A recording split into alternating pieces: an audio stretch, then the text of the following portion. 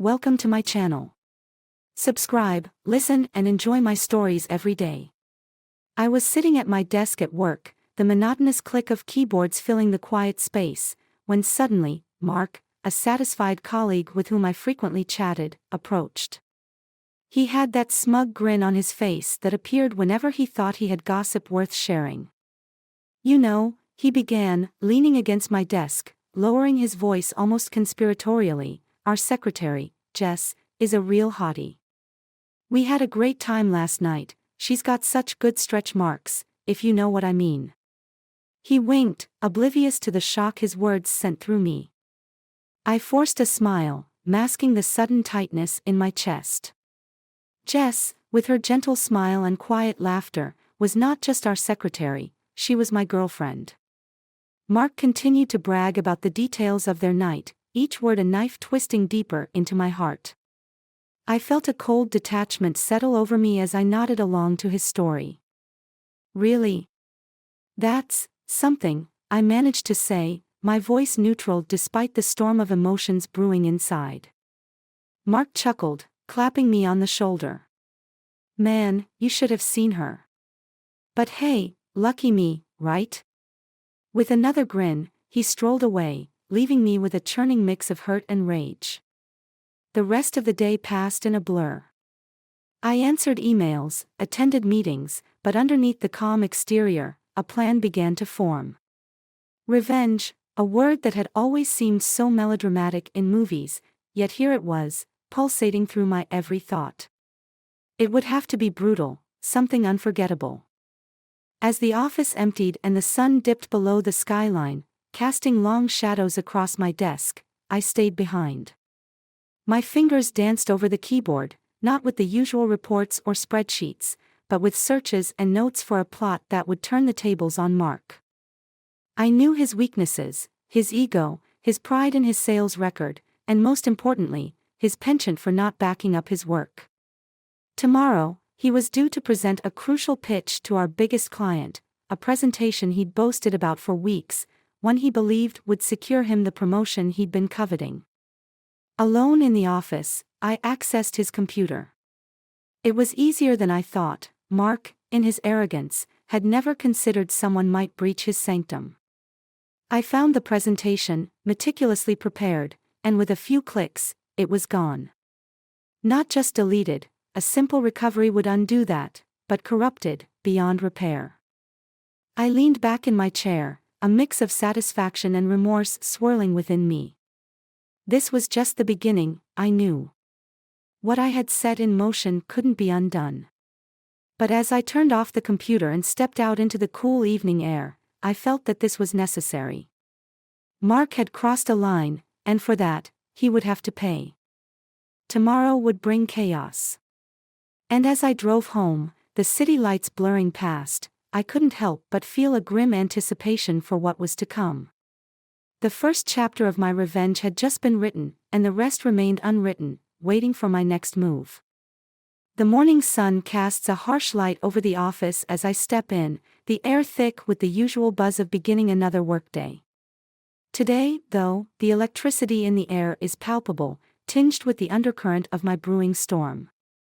I settle at my desk, my nerves alight with anticipation. From my vantage point, I can see Mark swagger into the office, his confidence as pronounced as the loud ties he favors. Today, it's a garish orange. He greets a few colleagues with his customary loud banter and heads straight to his desk, oblivious to the career-altering surprise awaiting him. As the clock inches closer to the meeting time, I see him power up his laptop. His casual demeanor shifts in seconds, the easy smile falls away, replaced by confusion, then growing panic. He clicks frantically, his earlier bravado draining away with each failed recovery attempt. Across the room, Lara, another salesperson and a friend of Jess, notices Mark's distress. She's sharp, with an intuitive mind hidden behind a disarming smile. Curious, she walks over to him. "Everything all right, Mark?" she asks, leaning against his desk with a concerned frown. Mark's face is pale, his usual cockiness nowhere in sight. "My presentation, it's gone. I don't understand.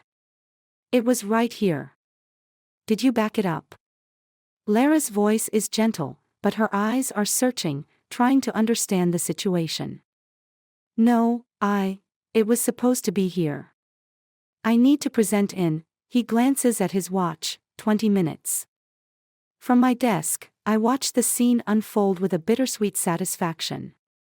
Lara turns to look across the room, her gaze meeting mine for a fleeting second.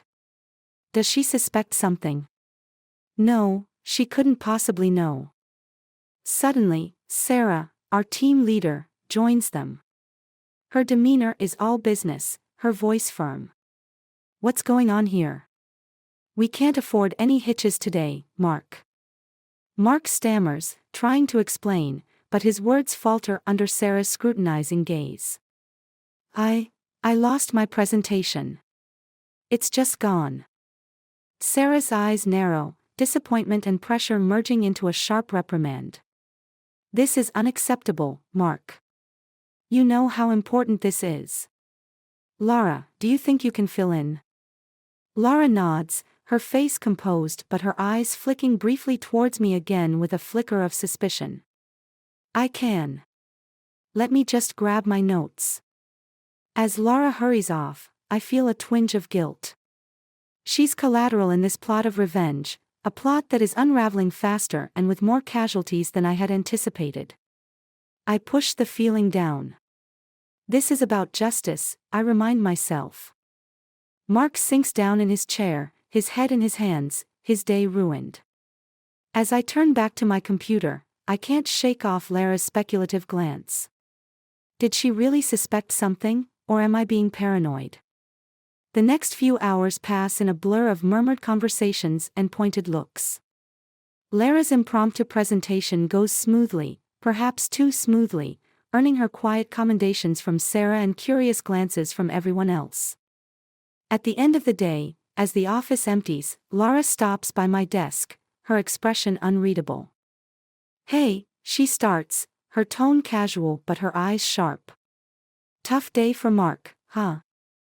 I nod, keeping my response neutral. Yeah, really tough. She studies me for a moment longer, then smiles slightly. Well, sometimes things just happen, right? See you tomorrow. As she walks away, I'm left wondering about the implications of her words. Has my plan just placed me on a new, unexpected battlefield? The next day at work pulses with the residual energy of yesterday's events. Whispers snake through the office like tendrils of smoke, filling the space with speculation and curiosity. I keep my head down, focused on my screen, but my mind races with the possibilities of what might unfold. I barely register the soft click of my office door until Jess walks in. Her face is a mask of calm, but her eyes betray a storm of emotions.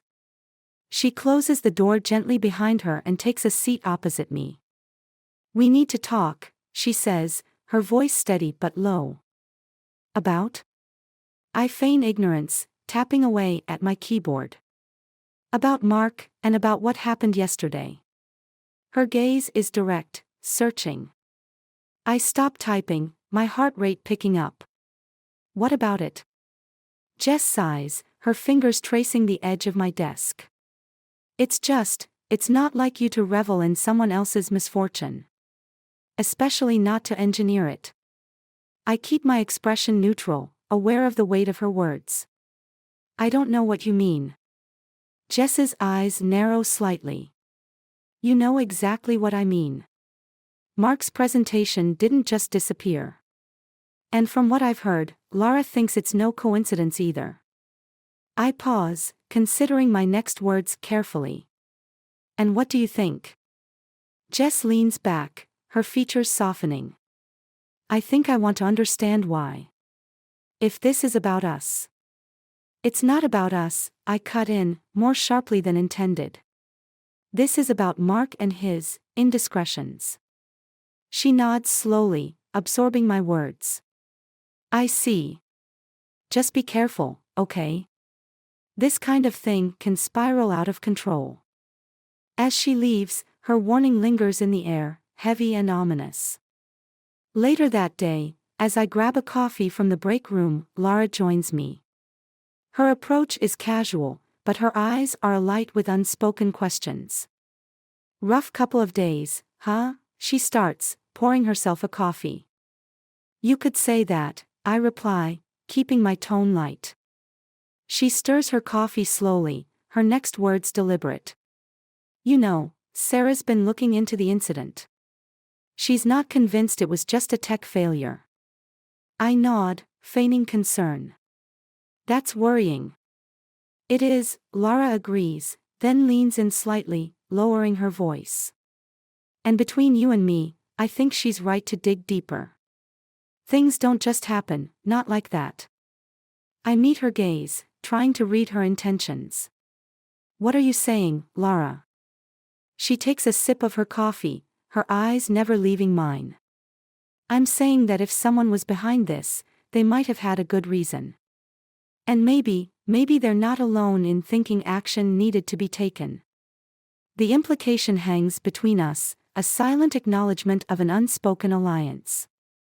Lara is offering an olive branch, or perhaps, a way into her own plans. "You might be right," I say carefully, acknowledging her hint without commitment. Lara smiles, a wry, knowing twist of her lips. "Just something to think about. If you ever need to talk, you know where to find me." As she walks away, the pieces begin to fall into place in my mind.